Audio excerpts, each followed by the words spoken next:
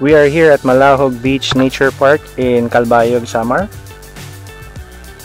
Susubukan natin tong 750 meter na zip line from one island to another crossing the sea. I tried zip lines before pero ito yung first time na tatawid tayo ng isla and nasa ibabaw ng dagat. So talagang exciting to.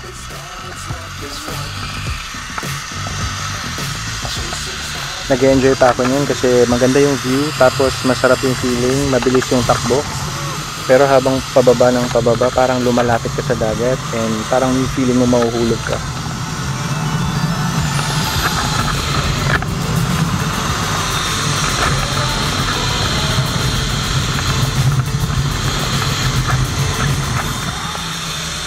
Panay tingin ko sa baba kasi parang feeling ko talaga dadaos-dos ako sa tubig.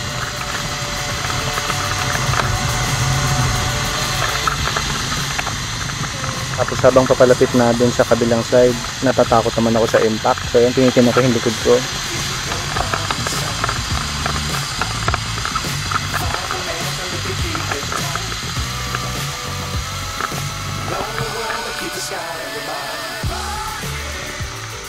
Ayun, sobrang smooth naman pala ng landing. So there's no reason to be nervous.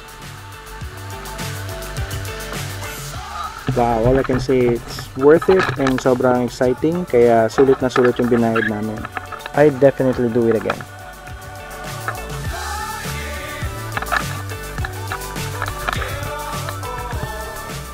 Thank you kina kuya na nag-assist simula dun sa ibabaw ng bundok hanggang dito sa isla. Good job kuya. So if you're planning to go to Calbayog, Samar, I highly recommend you try the zipline here. It's really fun, it's worth it. A must-try activity here in Calbayog, Samar.